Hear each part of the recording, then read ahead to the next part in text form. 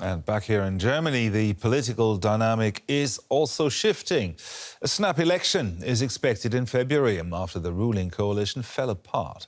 Chancellor Olaf Scholz is facing pressure from within his own party to stand aside as their lead candidate.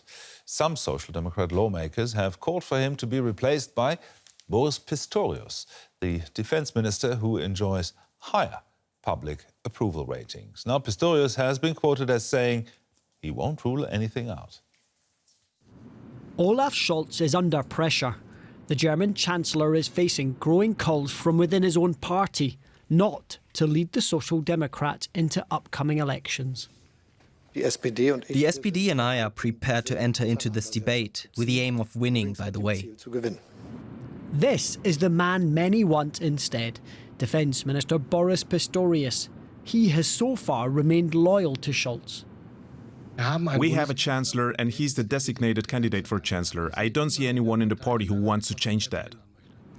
This is the reason for the rumbling.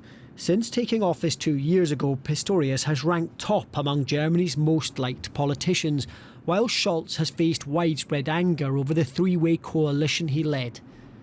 Now, more and more grassroots members and the first MPs are speaking out in favour of Pistorius, praising his transformation of the armed forces. He has shown strong leadership and above all he has communicated his policies to the population and taken the people with him. According to the polls, the centre-left SPD need a miracle if they're to win the election, and Pistorius' supporters believe he is the answer.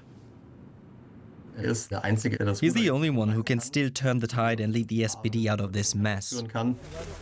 Some in the SPD, however, think Pistorius is too gung-ho when it comes to arming Germany and backing Ukraine. Many lawmakers are sticking with Scholz. I think popularity is an important criterion, but not exclusively. We have a chancellor, he's our candidate. If we have our way and if we fight, then he will be the next chancellor.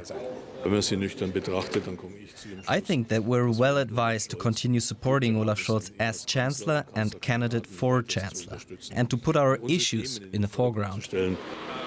At this SPD election stand in Berlin, the Pistorius question splits opinion. For me, he's someone who stands for something. I find this completely inappropriate. Scholz is the one who's steadfastly in favour of peace politics. Ultimately, it will be for the party bosses and Olaf Scholz to decide. But time for campaigning is running out and pressure seems only likely to grow. Matthew Mufar, that reporter joins us now from our parliamentary studios. Matthew, to put it bluntly, could this be the end for Olaf Scholz? In a word, yes, but if we're honest, it's a bit more complicated because really what's happening is that every day that goes by and more MPs and more party groups within the Social Democrats here in Germany are raising concerns about Olaf Scholz as a candidate for this upcoming election and saying, shouldn't we change horses? Shouldn't we go for Boris Pistorius?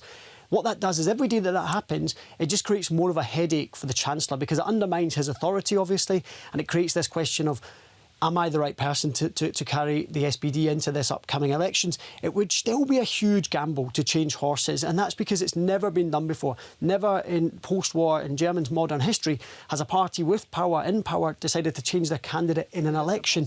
And so it's a dilemma because on the one hand you have Scholz, who is the Chancellor, who people know, who's won an election, who says he can win the next one because he knows that he's confident when he's out there on the campaign trail that his message will get through.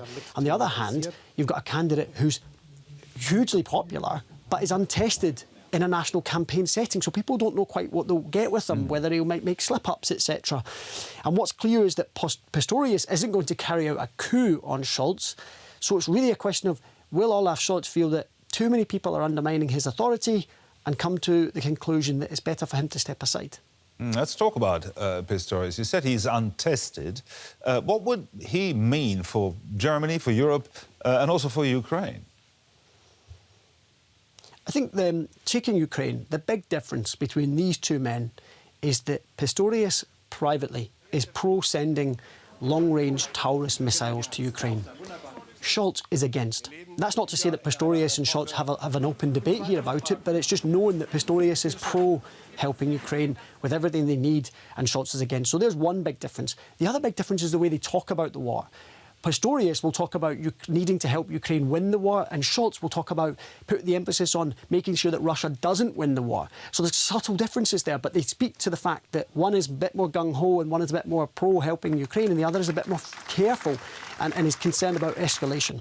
The other issue that you have is that it's their communication styles, because Scholz is seen as a bit more intellectual, someone who thinks about every single word, and Pistorius is seen as a kind of more charismatic, straight-talking politician, and that really appeals to people here in Germany, especially at a time where the world is full of chaos and kind of conflict, that they've got someone there who just seems to talk truth.